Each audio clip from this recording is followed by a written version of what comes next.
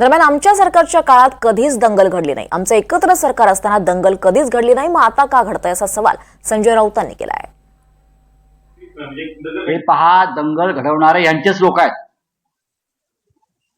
कुणाची हिंमत आहे का आमच्या सरकारच्या काळात दंगली घडल्या नाहीत? कधीच घडल्या नाहीत. मनोहर जोशी मुख्यमंत्री असताना दंगल घडली नाही.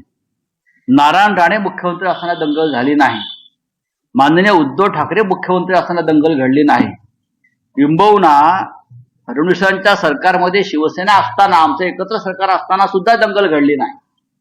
आता कशी काय दंगल नागपूरला घडू शकते? कोण जबाबदार आहे सांगा? हे दंगलखोर तुमचे आहे. औरंगजेबाची कबर उखाडा सांगणारे लोक तुमच्या मंत्रिमंडळामध्ये आहेत. त्यांच्यावर कारवाई करताय का तुम्ही? दंगलीला खतपाणी घालणारे लोक तुमच्या कॅबिनेटमध्ये बसलेले आहेत. हा, विधिमंडळाने बसून हे नरडी गरम करून वातावरण पेटवणारे लोक तुमच्या बाजूला बसलेले आहेत कॅबिनेटमध्ये.